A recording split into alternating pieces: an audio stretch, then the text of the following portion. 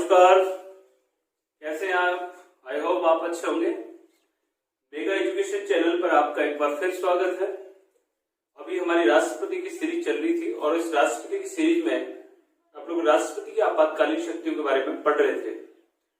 राष्ट्रपति की आपातकालीन शक्तियों में हमने डिस्कस किया कि राष्ट्रपति के पास में 3 प्रकार की आपातकालीन शक्तियां, article 352 national emergency, article 356 state emergency और आर्टिकल 360 फाइनेंस प्रॉब्लम जो आती है, आप लोग कह सकते हैं वित्तीय आपातकाल। अभी तक की जो हमारी क्लास हुई, आर्टिकल 356 को लेकर जो क्लास हुई, उसमें जो वीडियो आया उसमें आपने उसको खूब देखा, खूब सराहा। कुछ साथी लोग बाड़मेर से विनोद जी हैं और उनके एक साथी थे, उन्होंने एक प्रश्न किया था कि राष्ट्र और राज्य में अंतर क्या है सर, इसका एक वीडियो दीजिए। तो मैं आपको बताना चाहूंगा सर कि अभी हमारी राष्ट्रपति की सीरीज चल रही, अलग से हम लोग एक टॉपिक लेके आएंगे, राष्ट्रपति और राज्य और राष्ट्र में अंतर। तो इसको आप लोग वेट करें थोड़ा, क्योंकि हम लोग अगर बीच में इसको शुरू करेंगे तो हमारा क्रम टूट जाएगा। तो जो बच्चे देख रहे हैं उसको थोड़ा सा उनको प्रॉब्लम आ सकती है, तो हम इसको जरूर आपकी बात को जरूर मानेंगे। अगले जब भी हमें समय मिलेगा बीच में हम लोग इस टॉपिक को शुरू करेंगे। अब हम शुरू करने वाले हैं तीसरी जो वित्तीय आपातकाल जो राष्ट्रपति घोषणा कर सकता है उसके बारे में पढ़ेंगे। तो आज हमारा जो टॉपिक है वित्तीय आपातकाल, आर्टिकल 360, और इसमें राष्ट्रपति कब घोषणा करता है। देखिए, तो वित्तीय आपातकाल क्या है इसके बारे में जानेंगे। सबसे पहले आप देखिए कब लगेगा, यानी राष्ट्रपति इसका प्रयोग कब करेगा, किस समय, जब इस तरह की परिस्थितियां हो तो राष्ट्रपति को ऐसा विश्वास हो जाए कि भारत के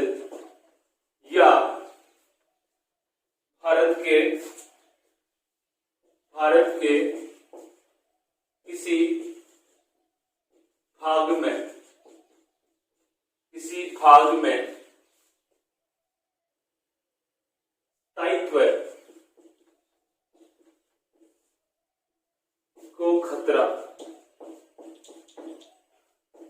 स्थायित्व को खतरा पैदा हो गया तो राष्ट्रपति आर्टिकल 360 के तहत वित्तीय आपातकाल की घोषणा कर सकते हैं।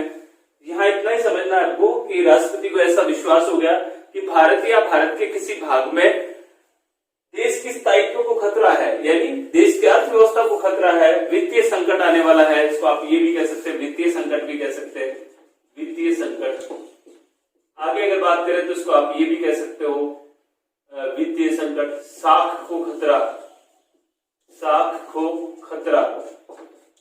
यहाँ साख को खतरा या वित्तीय संकट से मतलब क्या है, जैसे आप ये जानिए कि सबसे बड़ा जो प्रॉब्लम आ सकती है वो मनी प्रॉब्लम होती है।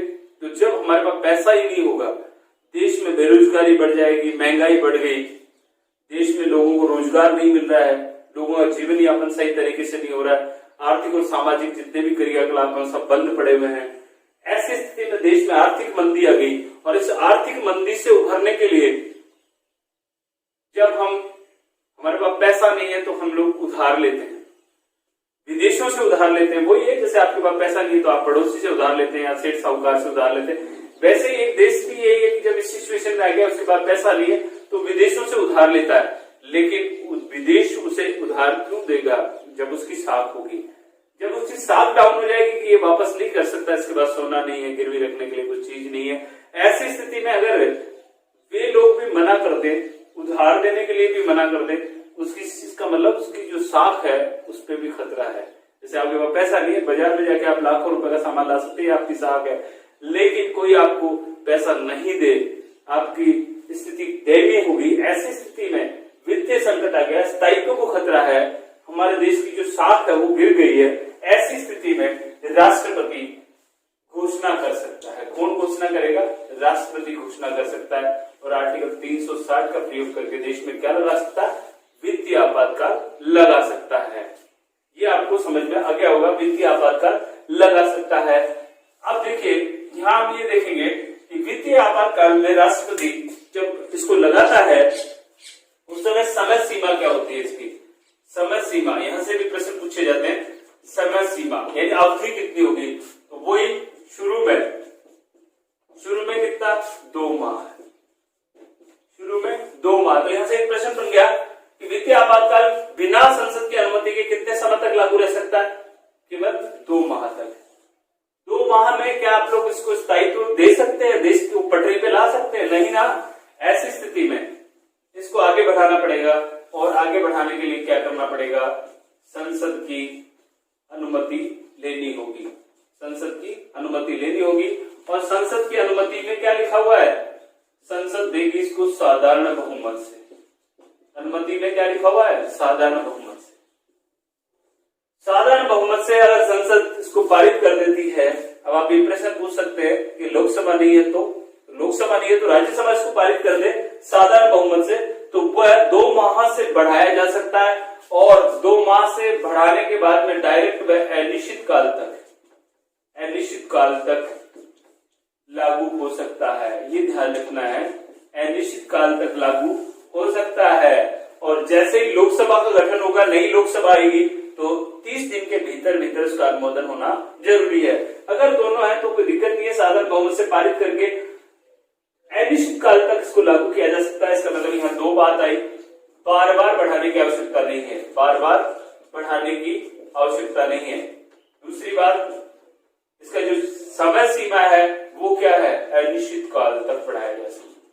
जैसे अभी तक आपने पीछे जो पढ़ा उसमें आर्टिकल 356 में कहा कि शुरू में 2 माह, उसके बाद संसद अनुमोदन से 6 माह, फिर 6 माह, इस तरह से इसको आगे बढ़ाया जा सकता है। ऐसे ही आपका जो इमरजेंसी, नेशनल इमरजेंसी में ऐसे किया, लेकिन इसमें एक बार में ही आप अनिश्चित काल तक इसको बढ़ा सकते हैं।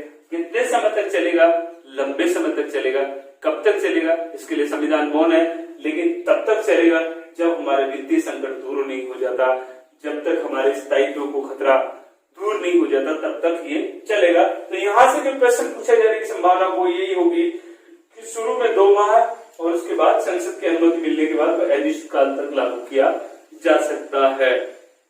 आगे देखिए, अनिश्चित काल तक इसको लागू किया जा सकता है।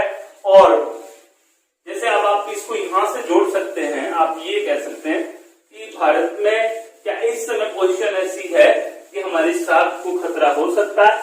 ये हमारा जो टॉपिक है आज करंट के हिसाब से, इस समय की जो वर्तमान स्थिति है, जैसे आप देख सकते हैं अभी देश के सामने कोविड-19 वैश्विक महामारी कोरोना चल रहा है। और इस कोरोना की वजह से आज विश्व में आर्थिक मंदी है, भारत में आर्थिक मंदी है, लोगों के रोजगार चले गए हैं, यहाँ तक कि छटनियां हो चुकी हैं, घर बैठे हैं, लॉकडाउन है, मंदी आ गई है। ऐसी स्थिति में आर्थिक और सामाजिक जितनी भी हमारी जो क्रियाएं वो सब तब पड़ी हैं, देश में विकास की कोई योजनाएं नहीं है, और बात करें तो बेरोजगारी बढ़ चुकी है। ऐसी स्थिति में क्या देश के सामने वित्तीय संकट आ गया है? इस बात को लेकर जहां सरकार निश्चित बैठी हुई है, वही कुछ सरकारी शासी संस्थाएं जो थी, उन्होंने सुप्रीम कोर्ट में जनहित याचिका दायर की है और आर्टिकल 360 का स्थायित्व को खतरे की बात करी है। और सुप्रीम कोर्ट को ये कहा गया है कि आप लोग हस्तक्षेप करें, और देश में इस समय हालात ऐसे हो रहे हैं, ये वित्तीय संकट आना चाहिए। लेकिन हमारे देश की जो वित्त मंत्री हैं निर्मला सीतारमण जी, उन्होंने कहा कि अभी ऐसी सिचुएशन नहीं है, देश सक्षम है, इस स्थिति से निपट सकता है, और उन्होंने इसके लिए मना कर दिया है। लेकिन अगर आप वस्तु स्थिति को देखें 4-5 महीने की, जो भी आपके सामने है, लॉकडाउन है, आप लोग देख रहे हैं कितने लोगों को इसमें प्रभावित होना पड़ रहा है, सारी चीजें ठप चल रही हैं। इसको दुरुस्त करने के लिए कुछ हमारे जो साथी लोग हैं, जो सरकारी कर्मचारी हैं, सांसद हैं, हमारे जो विधायक हैं, हमारे जो भामाशाह हैं, उन्होंने अपनी सैलरी और कुछ अनुदान देकर देश को इस मुसीबत से बचाने के लिए प्रयास भी किए हैं। लेकिन उसके बावजूद भी आज की स्थिति ऐसी है कि संकट है देश के सामने, और इस संकट से कैसे निपटा जाए, तो ये इस तरह की संभावनाएं बन रही हैं। आगे देखिए इसका प्रभाव क्या होगा।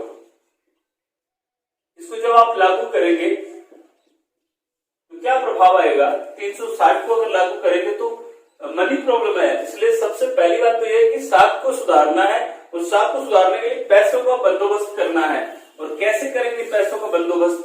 देखिए, इसमें सबसे पहली बात तो ये, जो भी राज्य सरकारें हैं, वो राज्य सरकारों के पास जितने भी वो पारित करती हैं, धन विधेयक है, वित्त विधेयक है, वित्तीय विधेयक है,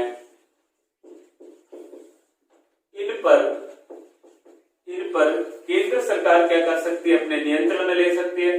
केंद्र सरकार अपने नियंत्रण में ले सकती है और इनके ऊपर रोक लगा सकती है, क्योंकि इस समय पैसा ही नहीं है, इसलिए आप लोग कहां से धन विधेयक, वित्त विधेयक पारित करके योजनाएं बना रहे हैं। दूसरी बात करेंगे कि राज्य सरकारों के जो बजट हैं, राज्य सरकारों के बजट को केंद्र सरकार क्या कर सकती है? नियंत्रित कर सकती है, रोक सकती है। तीसरी बात करी गई है राज्य सरकारों के अधिकार, राज्य सरकारों व केंद्र सरकार में पदस्थापित जितने भी पदाधिकारी हैं, उनके वेतन भत्तों में कटौती की जा सकती है। और चौथी बात करें तो बहुत इंपॉर्टेंट बात है, जैसे आप न्यायपालिका पढ़ेंगे उस समय न्यायपालिका की सुनिश्चितता और स्वतंत्रता को सुनिश्चित करते हुए उच्चतम न्यायालय और उच्च न्यायालय के न्यायाधीशों के वेतन भत्तों में कटौती नहीं की जा सकती, लेकिन यहाँ कटौती की जा सकती है। जब भी देश में वित्तीय आपातकाल लगेगा तो कटौती की जा सकती है। किनकी? न्यायाधीशों में भी कटौती की जा सकती है। न्यायाधीशों को मिलने वाला वेतन, क्योंकि न्यायपालिका की स्वतंत्रता देने के लिए ये कहा गया है कि चाहे देश में किसी स्थिति में आए, जीवन काल में उनके वेतन भत्तों में कोई कटौती नहीं की जा सकती, ताकि वह निष्पक्ष, निडर और साहसी होकर ईमानदारी पूर्वक न्यायपालिका को व्यवस्थित कर सके, अपने निर्णयों को प्रभावित नहीं होने दे। लेकिन जब देश के सामने संकट आ गया, पैसा ही नहीं है, तो आप लोग देंगे कहां से? दूसरा, कई लोग ये प्रश्न पूछते हैं कि क्या जो हमारा पैसा जो बैंकों में जमा है, वो पैसा क्या सरकार के अधीन चला जाएगा? क्या सांसदों के, विधायकों के वेतन भत्ते? जब हमारे पास पैसा ही नहीं होगा तो देंगे कहां से? तो आप लोग जमा की बात कर रहे हो तो सब गड़बड़ हो जाएगा ना। इसीलिए कोशिश ये हो, ऐसी उम्मीद करें कि इस तरह का संकट देश में नहीं आए, और इसीलिए इस आर्टिकल को रखा गया है कि अगर ऐसा आता है तो ये सब प्रावधान करें। ये सारा प्रभाव देश की गवर्नमेंट ऐसा करेगी राष्ट्रपति के घोषणा के साथ में, ताकि खजाने को पुनः क्या करा जाए? भरा जाए और देश को पटरी पे लाया जाए। और कब तक लाया जाएगा ये पता नहीं, इसलिए कब तक लागू रहेगा? अनिश्चित काल तक रहेगा। कितने समय तक?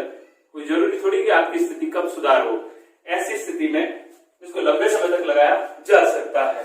तो शायद ये बात आपको समझ में आ गई होगी कि इसको हम लोग लंबे समय तक चला सकते हैं, और न्यायाधीशों सहित सभी के वेतन भत्तों में क्या की जा सकती है? कटौती की जा सकती है। अब बात करें हम लोग इसको समाप्त कैसे करेंगे, तो समाप्त करने के लिए सीधी सी बात है, इसमें कोई संसद की अनुमति की आवश्यकता नहीं है, क्योंकि प्रश्न जो आजकल पूछे जाते हैं, निम्न में से असंगत को छांटिए, मिलान कीजिए, कौन सी बात इसमें सही नहीं है, कौन सी सही है, तो एक एक लाइन यहाँ पर क्या होती है? इंपॉर्टेंट होती है। तो समाप्त करने के लिए इसको, वित्तीय आपात को अगर आप समाप्त करेंगे तो समाप्त कौन करेगा? राष्ट्रपति घोषणा से कर देगा। राष्ट्रपति की घोषणा से इसको समाप्त किया जा सकता है। संसद की अनुमति की आवश्यकता नहीं है। ये शब्द ध्यान रखना है। जैसे वित्तीय आपातकाल को समाप्त करने के लिए निम्न में से प्रावधान नहीं है, तो यहाँ लिखा राष्ट्रपति घोषणा से कर देगा। दूसरा लिख देगा संसद की अनुमति लेना जरूरी है। तीसरा लिख देगा संसद की अनुमति की आवश्यकता नहीं है। तो कौन सा नहीं है? तो वो समाप्त नहीं है, मतलब संसद की अनुमति लेना जरूरी है। ये नहीं, ऐसे 1, 2, 3 में आप लोग छाट सकते हैं। अगली बात करें हम लोग कि इसका प्रभाव हो गया, समाप्ति की बात हो गई, और अब तक कितनी बार लगा है? देखिए अब तक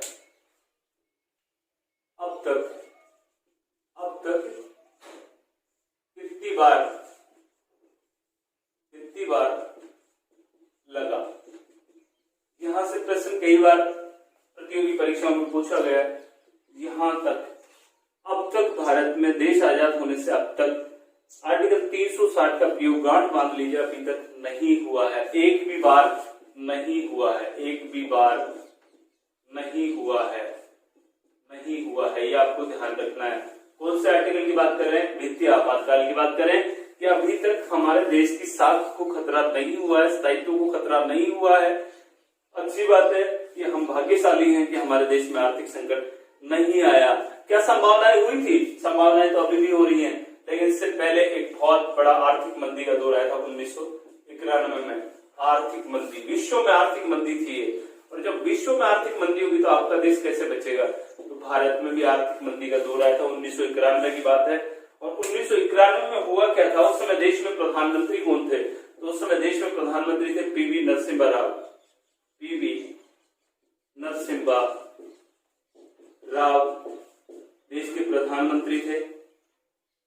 प्रधानमंत्री पीवी नरसिम्हा राव देश के प्रधानमंत्री थे, और उस समय देश के जो वित्त मंत्री थे, वित्त मंत्री वो डॉक्टर मनमोहन सिंह जी थे। मनमोहन सिंह जी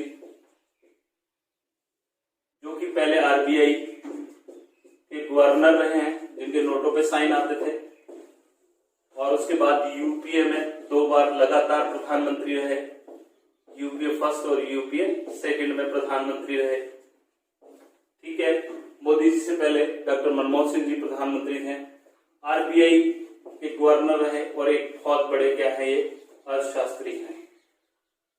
तो 1991 को इसलिए ले रहे हैं हम लोग, 1991 में विश्व में आर्थिक मंदी आई थी, और विश्व की आर्थिक मंदी में अमेरिका जैसे विकसित देश भी अपने आप को नहीं बचा पाए थे, और अमेरिका में भी शटडाउन हुआ था। शटडाउन का मतलब लाखों लोगों को नौकरी से निकाल दिया गया था, और भारत बीच में चपेट में था। लेकिन उस समय के देश के प्रधानमंत्री पीवी नरसिम्हा राव, जिनको आप लोग क्या कह सकते हैं, जिनकी नीतियों के कारण, उन्होंने कौन सी नीतियां चलाई थी? उदारीकरण, उदारीकरण, एफडीआई, या ये कह सकते हैं ग्लोबलाइजेशन, उदारीकरण का दौर लेकर आए। इसीलिए उन्हें उदारीकरण का भारत में जनक कहा जाता है। किसे? पीवी नरसिम्हा राव को। और पीवी नरसिम्हा राव पहले प्रधानमंत्री थे जो 1991 की आर्थिक मंदी से देश को निकालने के लिए उन्होंने उदारीकरण को अपनाया, एफडीआई को अपनाया, यानी विदेशों के साथ में खुलापन अपनाया। उदारीकरण का मतलब क्या है? उदारीकरण किसे कहते हैं? अब तक हमारे देश में समाजवादी व्यवस्था चल रही थी, हम लोग समाजवादी अर्थव्यवस्था के अंतर्गत चल रहे थे। हाँ, विदेशों से हमारा व्यापार जरूर था, लेकिन थोड़ा सा कठोर था कि विदेशी लोग हमारे यहाँ के व्यापार करें। लेकिन जैसे ही हमारी साख को खतरा हुआ, विदेशी जो हमारा भंडार था वो कम हुआ, इसलिए हमें विदेशी भंडार को बढ़ाना था। इसीलिए वित्त मंत्री डॉक्टर मनमोहन सिंह ने और नरसिम्हा राव जी ने मिलकर उदारीकरण को अपनाया, और जो विदेशी कंपनियां थी उनको भारत में न्योता दिया और एफडीआई शुरू कर दी, ताकि वो खुले रूप से यहाँ व्यापार कर सकें। उदारीकरण लागू किया गया, यानी शिथिलता दी गई, जिससे बहुराष्ट्रीय कंपनियां भारत में आई, और बहुराष्ट्रीय कंपनियां जब भारत में आई तो व्यापार शुरू हुआ, और विदेशी जो निवेश था वो बढ़ा, और इससे भारत 1991 की जो मंदी थी उससे निकल पाया, और इसी के कारण उदारीकरण शुरू हुआ। तो भारत में उदारीकरण कब आया? 1991 में। और उस समय वित्त मंत्री कौन थे? डॉक्टर मनमोहन सिंह, बहुत बड़े अर्थशास्त्री है। और अभी आपने देखा होगा, कल की न्यूज देखिए आप, कल की न्यूज में डॉक्टर मनमोहन सिंह जी ने केंद्र सरकार जो मोदी गवर्नमेंट है उनको भी क्या किया है? सुझाव दिए हैं, 3 सुझाव दिए हैं कि अगर आपको आर्थिक मंदी से निकलना है तो ये आपको देश में लागू करना होगा। ऐसा सुझाव उन्होंने दिया। एफडीआई का नाम लिया है, रोजगार सृजित करने की बात करी गई है। और अगर बात करें हम लोग, क्या इसकी न्यायिक समीक्षा की जा सकती है? न्यायिक समीक्षा, न्यायिक समीक्षा, न्यायिक समीक्षा की जा सकती है। तो देखिए, 44वें संविधान संशोधन से पहले राष्ट्रपति का जो वित्तीय आपातकाल था वो न्यायिक समीक्षा के अंतर्गत नहीं आता था, कि राष्ट्रपति ने अगर न्याय वित्तीय आपातकाल लगा दिया तो उसको चैलेंज नहीं किया जा सकता था। लेकिन 44वें संविधान संशोधन 1978 में ये बात कह दी गई कि राष्ट्रपति के द्वारा दिया गया तर्क मान्य नहीं हो सकता, उसको न्यायालय में चैलेंज किया जा सकता है, यानी न्यायिक समीक्षा में आता है। न्यायिक समीक्षा यानी उसको चैलेंज किया जा सकता है। न्यायिक समीक्षा में होता है, उसको देखा जा सकता है कि कहीं उसने गलत मामले को लेकर तो 360 का प्रयोग नहीं किया। इस तरह से आप लोग देखिए आर्टिकल 360 जो है इस समय का महत्वपूर्ण टॉपिक है, क्योंकि इस समय लॉकडाउन में, इस कोरोना महामारी में आप लोग देख सकते हैं कि विश्व में ही आर्थिक मंदी आई हुई है, तो भारत में भी आ सकती है। तो करंट में अगर बात करें तो आपको आर्टिकल 360 में से प्रश्न पूछने की संभावनाएं ज्यादा बनती हैं, तो आप लोग इस क्लास को बार बार रिपीट करें। लगभग इसमें फैक्ट जो थे वो मैंने बताया। छोटी क्लास है क्योंकि अभी तक भारत में एक बार भी उसका प्रयोग नहीं हुआ है। यहाँ मौलिक अधिकारों पर कोई प्रभाव नहीं पड़ता। केवल और केवल अगर आप लोग बात करें तो वित्तीय जो प्रॉब्लम है उसको सुधारा जाता है, उसके लिए देश की जो व्यवस्था है उनको दुरुस्त करके खजाने को बढ़ाया जा सकता है। शायद आपने मेरी क्लास को अच्छे से देखा होगा, मुझे सुना, इसके लिए बहुत बहुत धन्यवाद। मिलते हैं अगली क्लास में। इसी तरह से आप अपना प्रेम बनाए रखें। मेगा एजुकेशन जो हमारा चैनल है उसको अगर आपने सब्सक्राइब नहीं किया, लाइक नहीं किया तो आप लोग करें।